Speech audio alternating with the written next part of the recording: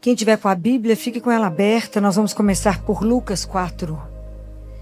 Todos os anos da Quaresma, no primeiro domingo da Quaresma, a gente vai ler sobre as tentações de Jesus.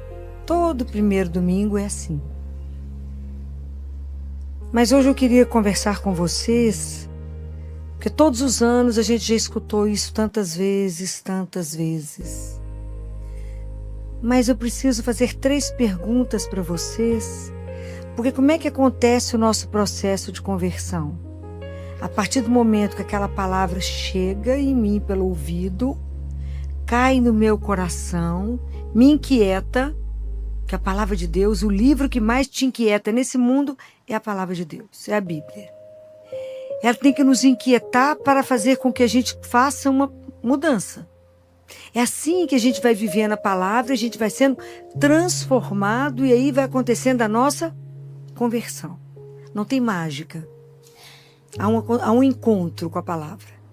E essa palavra nos transforma. É assim que nós vamos ter que ouvir de um jeito diferente. Senão a gente fica no mesmo lugar. A gente ouviu quantas e quantas e quantas vezes que Jesus foi tentado no deserto. Provavelmente o tempo da nossa vida, de ir à igreja e ouvir. Mas hoje eu quero que em cada uma dessas tentações, dessas 3, a gente tire uma palavra para a nossa vida, para essa Quaresma, para a vida. Eu fico pensando muito, tenho pensado, e Jesus fala que a gente não pensa na paixão. A gente não pensa no sofrimento dele. E eu fiquei pensando que muito mais importante do que a gente ressuscitar um morto, do que a gente ver os anjos. Vocês imaginam quantos somos aqui, se multiplicar, porque cada um tem um anjo da guarda, tudo aqui. Mais importante que ver todos esses anjos aqui é pedir a Deus a graça de se ver. Porque a gente não se vê. E porque a gente não se vê, a gente acha que está tudo ótimo com a gente. Jesus fala, como vocês não vêem a alma de vocês, vocês acham que está tudo bem. Então pedir a Ele a graça de se ver não é fácil. Fala, Senhor, me faz ver essa miséria. Me faz ver, que eu fico tão encantado que a gente é um pozinho que ainda tem capacidade de pensar. Fala, ó, que encanto. Pozinho que pensa. Então pedir a Ele isso, fala, me mostra onde eu estou repetindo um pecado, onde eu estou tomando uma conduta, onde eu tenho uma atitude que não condiz pelo fato de eu ser filho do Altíssimo. Então eu preciso ter essa coragem de pedir a Ele. Então é por isso que eu queria, quando eu voltei em Lucas, que foi o evangelho de domingo, das tentações de Jesus, é para que a gente possa tirar algo daqui que tem que mexer conosco. Tem que nos fazer pensar. Porque senão nós vamos viver essa Quaresma, entrou e vamos sair da mesma forma. Mas isso tem que nos sacudir, né? Então, nós vamos reler esse trecho aqui e de cada uma delas, vamos ver o que Jesus nos ajuda a extrair. Então, está em Lucas 4, versículo de 1 até 13. Jesus, pleno do Espírito Santo, voltou do Jordão. Era conduzido pelo Espírito através do deserto durante 40 dias e tentado pelo diabo. Nada comeu nesses dias e, passado esse tempo, teve fome. Disse-lhe então o diabo, se és filho de Deus, manda que essa pedra se transforme em pão. Replicou-lhe Jesus, está escrito, não só de pão vive o homem. Essa palavra para vocês, não só de pão vive o homem, é real? Vocês conseguem entender o que significa isso? O que significa não só de pão vive o homem? Porque o ser humano tem muita fome. Nós temos várias fomes. Nós não temos fome só de pão. Nós temos fome de ser amado. Nós temos fome de ser visto. Fome de ser reconhecido. Fome de beleza. Fome de conhecimento. Fome de poesia. Fome também espiritual e sede espiritual. Como é que eu mato essa fome? É tão impressionante que quando a gente escuta, e já escutou tantas vezes, já repetimos isso tantas vezes. Não só de pão vive o homem, mas na sua vida, o que significa não só de pão vive o homem? O que é para você, se alguém tivesse que te falar com você agora, como é que você explica isso? Não tenho consciência disso, mas preste atenção. A gente sabe que nós temos muitas fomes que elas precisam ser saciadas. A fome do corpo, eu sei como eu mato.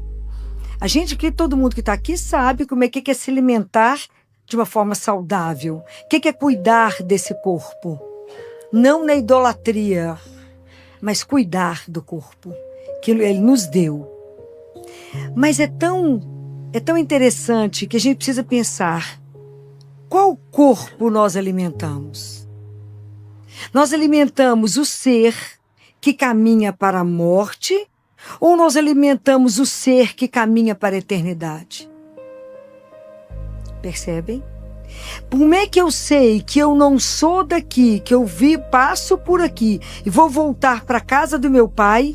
E como é que a gente investe somente no corpo que vai acabar e deteriorar e eu não invisto absolutamente nada no corpo que vai para a eternidade? Observe como é que a gente não tem noção do que a gente está caminhando. A gente não alimenta aquilo que é real. Não estou mandando ninguém passar fome, tem que cuidar. É preciso uma coisa chamada equilíbrio. A gente precisa se equilibrar. Mas é porque a nossa alma, ela fica como que escondida. A gente não cuida daquilo que sustenta o corpo físico. Quem carrega esse corpo que está aqui de pé diante de vocês é a minha alma. Então, qual é a consciência que eu tenho disso? Não, eu sei que não só de pão vive o homem, mas o que é isso que Jesus está falando? Qual é esse alimento que nutre a vida para a eternidade? Qual é? Não. Mais do que isso. Não precisa ter medo, que aqui não é provinha, né? Ele é Jesus. O que Jesus disse? Eu sou o pão da vida. Eu sou o pão da vida. Todo aquele que comer a minha carne e beber o meu sangue terá vida. Nós sabemos tudo, só não praticamos. Compreendem? Então, eu sou o pão da vida. Aquele que come a minha carne e bebe o meu sangue terá a vida eterna. Santo Agostinho disse: Deus deixou uma Eucaristia para você, para cada dia da sua vida. Não desperdice. Então, qual a importância que damos à Eucaristia na nossa vida, sabendo que Ele é o único alimento que vai nos dar a vida eterna? Por que nós continuamos dormindo, mal vindo? A gente vem à missa no domingo, mesmo assim com as mulheres suplicando os maridos para vir, ou às vezes é o marido suplicando a mulher para ir, porque tem um tanto de compromisso. E eu digo para vocês, a vida eterna tem que ser alimentada e conduzida todos os dias. Se eu sei que pode ser o último dia hoje, vou deixar para comungar no domingo que passou?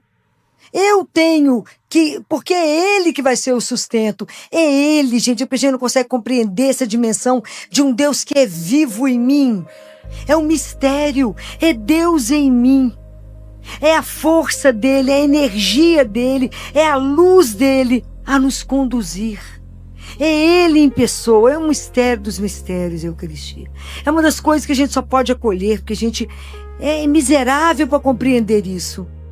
É o único peso, o fato pesado, um homem em mim, que me faz mais leve. Já pensaram nisso? A gente recebe um homem inteiro e a gente fica mais leve. É extraordinário. É extraordinário entender isso, que esse pão, não só de pão vive o homem. É claro que não, eu tenho que viver dele mesmo. Ele é a fonte de vida. Ele é a palavra de Deus que vê o mundo, porque eu escuto essa palavra que me sustenta. E a palavra é Ele vivo, eu sou o pão da vida. Isso é maravilhoso.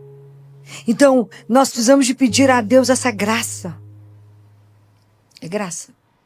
Fala, o Senhor me concede a graça de ser alimentado todos os dias. Me ajuda a achar uma igreja perto da minha casa, um horário. Eu preciso achar. Se o Senhor é o pão que me alimenta para a eternidade, que é o que vai transformando o meu corpo, que vai me ajudando. Quanto mais eu encontrar com o Senhor, mais eu serei transformado. Me ajuda. Se eu consigo comungar todos os dias, é porque eu pedi de joelho. Na hora que o padre levantou a hóstia. Falei, aproveitando a sua santíssima presença, me dê a graça. Eu preciso do Senhor, o Senhor não precisa de mim. Peça e receberá. Peça a Ele. Deseje Deus, gente. O cristianismo é a religião do desejo. Nós temos que desejar Deus, porque Ele já te deseja. Desejar esse encontro. Isso é espetacular. Você imagina o Deus que nos criou, Ele mesmo se faz seu alimento. Isso é uma coisa extraordinária. A gente não dá conta de pensar. É grande demais para nós. Então, por isso, eu acho que nunca mais, na hora que vocês escutarem isso, não só de pão vive o homem, vocês vão entender. Fala, quem disse que eu sou o pão da vida? Eu sou o pão que desceu do céu. Eu sou o pão da vida. E ele fala para Samaritano que aquele que tomar da água que eu der, nunca mais terá. Porque Deus nos embriaga, não pelo álcool, mas Ele nos embriaga pelo Espírito Santo. Já se sentiram embriagados?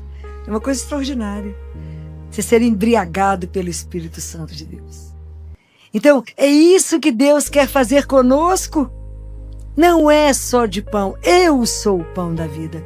Eu sou o seu sustento, o seu alimento. Eu mato toda a sua fome. Eu sou o único que mata toda a sua sede e toda a sua fome. Eu sou o único capaz de fazer isso na sua vida. Então, essa é a primeira tentação. Porque, na verdade, o inimigo de Deus, ele não vai chegar para nos amedrontar. Ele vai tentar nos conduzir para outros caminhos, com mentira, com ilusão, para te desviar do que é certo. Nossa, mas é a missa todo dia? Você não está ficando beata, não? Você não está achando que você está exagerando, não? Você vai escutar de tudo, ok? Vai acontecer de tudo dentro da sua casa. Você fala, menino, igual que eu descobri o tempo que eu perdi.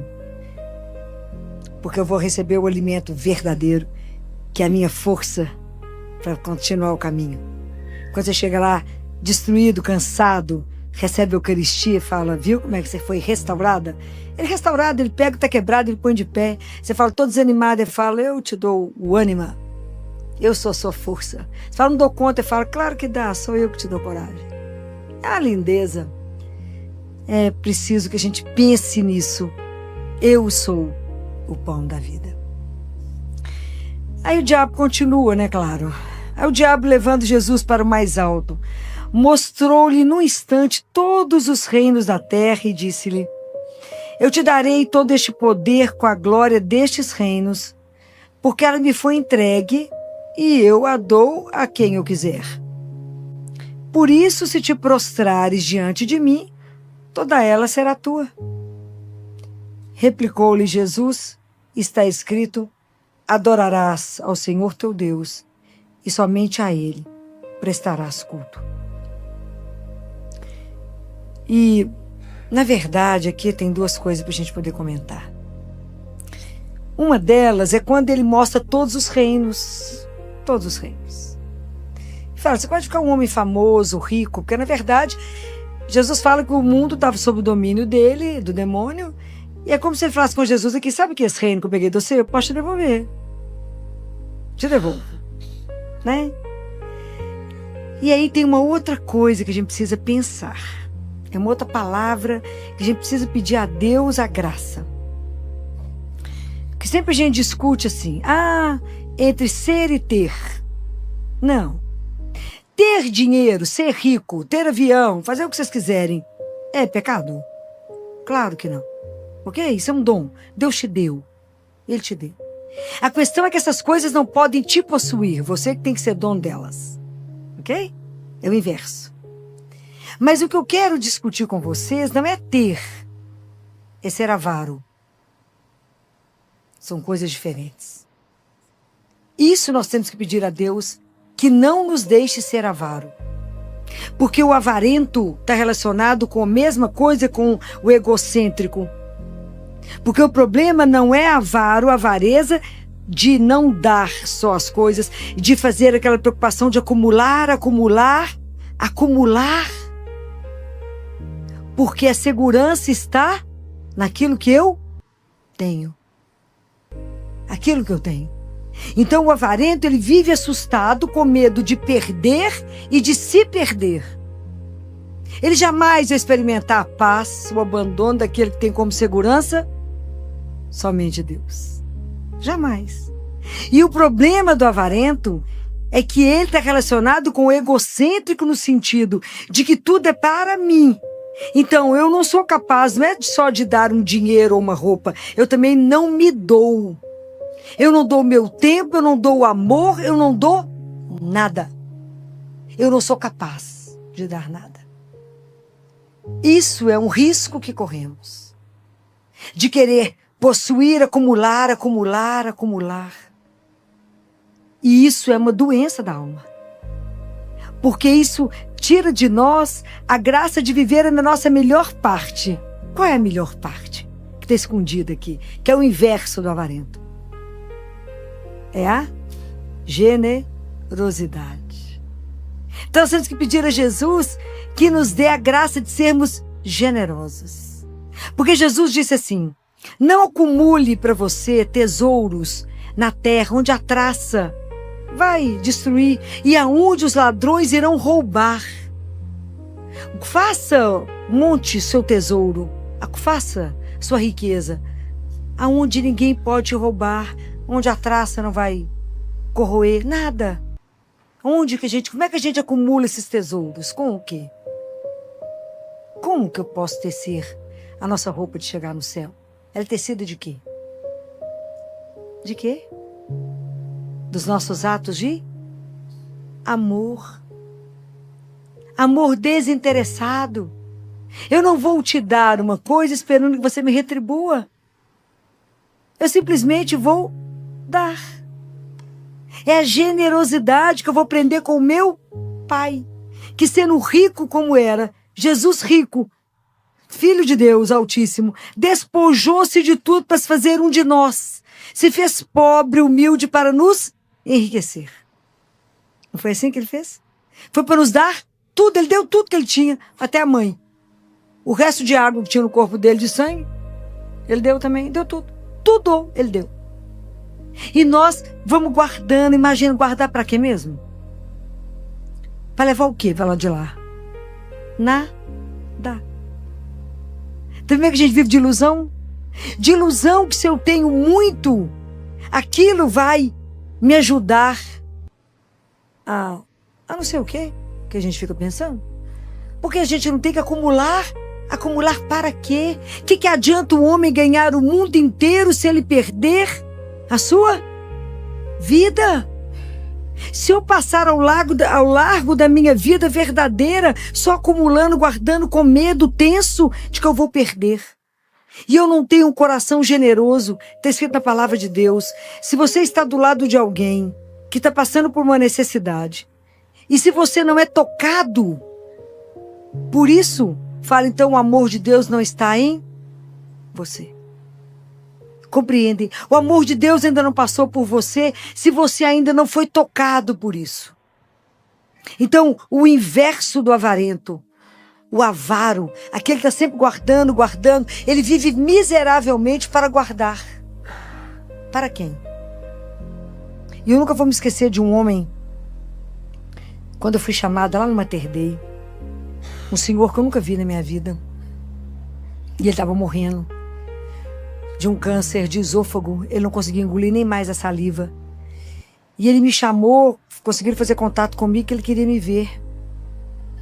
E ele, muito rico, estava morrendo sozinho. Não tinha ninguém na família. Absolutamente ninguém com ele.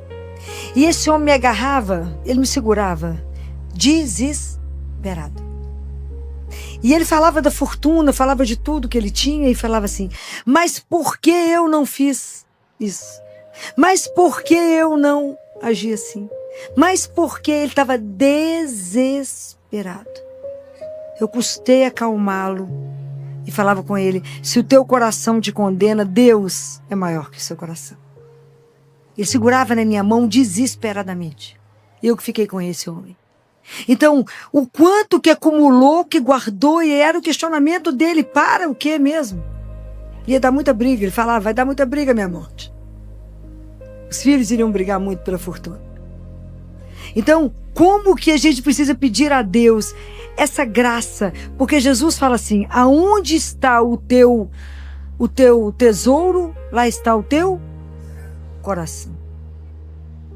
Qual é a grande riqueza da nossa vida? A grande riqueza da nossa vida deveria ser Deus. Mas como estamos distantes de viver isso? Como a gente ainda acha que é o poder que eu tenho financeiro que é a minha segurança? Isso é uma ilusão. Que o demônio tenta te enrolar para isso. Fala: ó, se você ficar poderoso aqui, vai dar certo. Mentira. Ilusão. E a outra coisa que ele fala sobre, Jesus replica: adorarás ao Senhor teu Deus e só a Ele prestará culto. De verdade, a adoração é algo que a gente compreende na intensidade que deveria compreender? Será que é algo que a gente busca fazer na nossa vida? Porque hoje a gente vive a doença da alma do homem moderno. Você sabe qual é o nome dela? É o orgulho. Porque ele se acha acima de qualquer outro. O homem orgulhoso, é aquele homem que só existe ele. Ele é capaz de julgar todo mundo, achar superior a todos. Ele é o melhor, ele é o espetacular. E ele não precisa de Deus. Ele, com a tecnologia, com a inteligência artificial, imagina, ele vai dar conta de permanecer por aqui sem Deus. Ele não acredita que ele veio do Criador, que é alguém que o criou e que o sustenta. Imagina, ele não precisa disso. É o orgulho. Então o orgulhoso é aquele que julga que ele é melhor que todo mundo. Vocês observem, quando você faz uma crítica, a pessoa é orgulhosa. Nossa! A coisa não vai ficar boa, porque ela fica completamente irritada e elas reagem mal porque você mexeu ali na raiz dele. Diferente do homem humilde, que nada pode afetá-lo porque ele sabe exatamente o que ele é e nada acrescenta. Ele sabe que ele é nada mesmo, então o que você falar não modifica. Mas é tão interessante isso, que o homem orgulhoso, né, que é o mal do século, o homem que acha que ele não precisa mais de Deus, que ele deu as costas para Deus, nós temos duas imagens, porque isso é a imagem do ego, o ego inflado, né, o ego além, que a Bíblia nos mostra que está em Apocalipse. Eu sei que a gente não gosta de ler Apocalipse, mas essa visão, ela é descrita brilhantemente em Apocalipse 5 e 6. É porque a linguagem de João às vezes é muito figurada e a gente não consegue compreender o que ele está dizendo. Então, o ego que quer possuir tudo, ter tudo, e destruir também, porque ele quer dominar, ele quer fazer o que ele quer, é a imagem do dragão, que é representado aqui pelos 4 cavaleiros. E a imagem do homem que adora, que tem consciência daquilo que ele é criatura, que tem um criador, é a imagem do cordeiro, e ele é representado pelos 4 viventes. Então, se vocês quiserem marcar isso tem Apocalipse 5, e a Bíblia descreve de uma forma encantadora, que fala lá, fala assim: os 4 viventes ficavam dia e noite sem parar proclamando: Santo, Santo, Santo, Santo é o seu nome. Quem são os 4 viventes? São as 4 coisas que existem dentro de nós: a inteligência, o amor, que é o afeto, a sensibilidade, que são os nossos sentidos, e a razão. Então, os viventes sabem que isso procede de Deus. Então, eu me prostro porque eu coloco a minha razão, a minha inteligência, o meu amor, os meus sentidos e a minha razão a serviço daquele que me deu. Então, por isso eu me prostro diante dele e repito, santo, santo é seu nome. Eu reconheço que veio tudo dele e volta tudo, deveria ser usado para ele. Mas aí em Apocalipse 6, a gente vê o cordeiro de pé e cada vivente chama um cavaleiro. Então é tão bonito de entender isso, quando o primeiro dos viventes, que é a inteligência, fala em alta voz, vem, e aí vem um cavaleiro branco. Na verdade, a razão que é o vivente, que é a inteligência, ela sabe que eu tenho que olhar para a luz e adorar o Senhor acima de todas as coisas, como o meu Criador, o meu Senhor, o Deus único, o Deus que deve ser adorado eternamente. O cavaleiro branco, ele não quer fazer isso, na verdade, ele quer possuir e destruir. Então, é o confronto. Porque, na verdade, nós vamos entender o que ele fala em cada um. Quando o segundo vivente é do amor. Então, é aquele que vive para cuidar do outro, amar aqueles que lhe são caros e cuidar e fazer com que o outro cresça. Quando ele chama, o segundo vivente chama o segundo cavaleiro, chama o cavaleiro que é vermelho. O cavaleiro vermelho é aquele que vai pegar o amor e distorcer o amor. Porque, na verdade, eu não quero só amar, eu quero te possuir, quero ser sua dona. Aí gera os ciúmes. Quantas mortes pelo ciúme? Quantas? Então eu não posso só te amar, você tem que ser minha propriedade. E isso se estende para a questão também política. Eu não quero só esse pedaço aqui, eu quero isso e eu também quero esse pedaço de cá. Então eu quero apropriar. É o ego que tem que ser satisfeito. É o ego que tem que ser mantido. Então por isso eu tenho que possuir essas coisas. Então é tão interessante que a gente vai observando que os 4 viventes é quando esses nossos sentidos são usados para uma única finalidade, de onde eles vieram, para quem eles vão servir. Os 4 cavaleiros, a imagem do dragão, são esses sentidos deturpados pelo desejo do poder. E é isso que o demônio faz em nós. Porque o poder é uma coisa que fascina. O dinheiro não fascina tanto quanto fascina o poder. Eu faço qualquer coisa para ser famoso. Qualquer coisa para chegar e mandar. Qualquer coisa para 5 minutos de fama. Tô falando alguma mentira? Não. Afinal de contas, você tá sabendo com quem você tá falando? Não é assim? Você vai barrar alguém, você vê a pessoa fala assim, você sabe com quem você tá falando? É o poder. E quantas pessoas vocês trabalham e que elas ganham um cargo e de repente passa a viver a síndrome do pequeno poder? Juro que é poderoso. Tá valendo nada, subir um degrau. Ok? É o despreparo nosso. Aí, o terceiro vivente, que são os sentidos.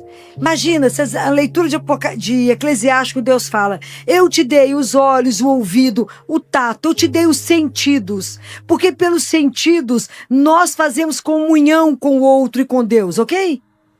Se eu encosto em alguém, então quando eu vou examinar alguém, o meu fato de tocar no outro, o meu toque pode ser profano ou santo. Depende da forma como eu toco no outro. Então, os sentidos de olhar, de escutar, de sentir o outro, eu posso cuidar do outro e promover o outro.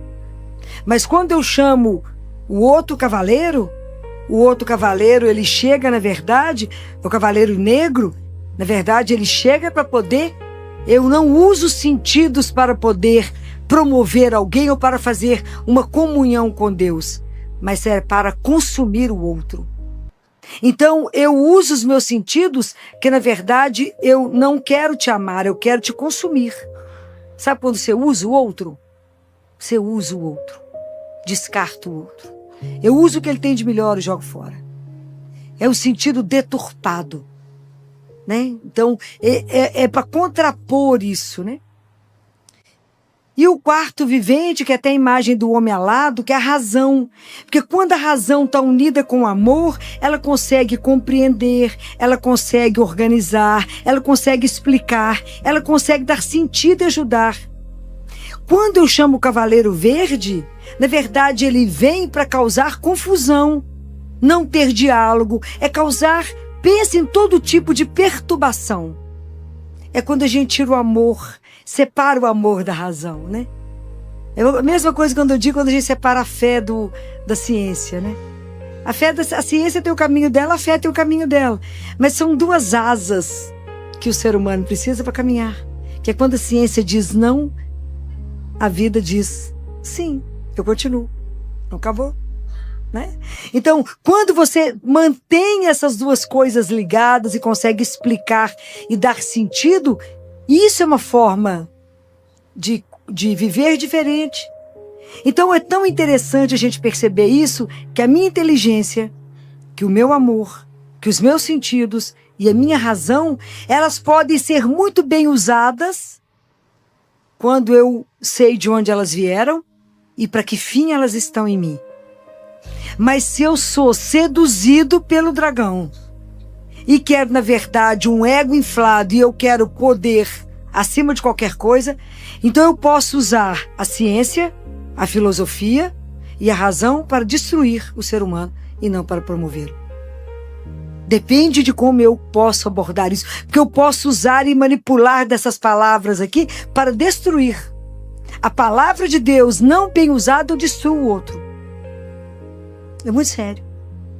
Em vez de promover, em vez de gerar vida, eu gero morte. Se eu não souber de onde veio e para como que tem que ser usado. Então a adoração, ela é tão importante porque ela vai me manter diante daquele que me criou. Vai me dar um outro conceito aqui contra o homem orgulhoso, que é o homem humilde. A gente precisa da humildade. Deus precisa pegar uma tábua em mim, como se fosse uma tabuinha de cera, e falar, quando Deus promete que vai escrever nos corações, mas para que Ele possa escrever uma história em mim, eu tenho que me esvaziar. Que eu cheie aquilo que João Batista falou, que eu diminua, que Ele cresça em mim. Mas se eu estiver já cheia de razão, pronta, cheia de mim demais, Deus vai ter espaço aonde? Não terá. Mas quando eu me reconheço criatura, filha dele por graça, por causa de Jesus, somos filhos. Recebemos uma eternidade, recebemos uma herança. Entendo que tudo veio dele, tudo é graça, tudo ele me deu. E a ele somente eu presto culto. Porque a questão não é ser transformado do dragão no cordeiro. Porque se vocês observarem aqui Apocalipse, gente, é tão interessante os detalhes. O cordeiro em Apocalipse, ele não é aquela imagem de um cordeiro manso deitadinho. É um cordeiro de pé. Por que ele está de pé? Porque ele é vencedor. É o único vencedor sem vítima, porque o amor é mais forte do que a morte. É extraordinário. O cordeiro está de pé. Humilde. Vencedor. É ele que tem que me ensinar, me dar uma consciência daquilo que eu falava uns dias atrás com vocês, de uma vida minúscula para uma vida eterna. É um V maiúsculo. É tirar a minha consciência, quase ignorância, para uma consciência ampla de um Deus que me ama, que cuida, de um Deus que vai me ensinar a doar, a se dar. Um Deus que vai me entender que o grande tesouro, a grande riqueza desse mundo chama-se amor. Porque o amor é a única riqueza, o único tesouro, que quanto mais você dá, mais você tem. Diferente de qualquer coisa, que quanto mais você tira, tira. O amor não. Quanto mais você der, mais você terá.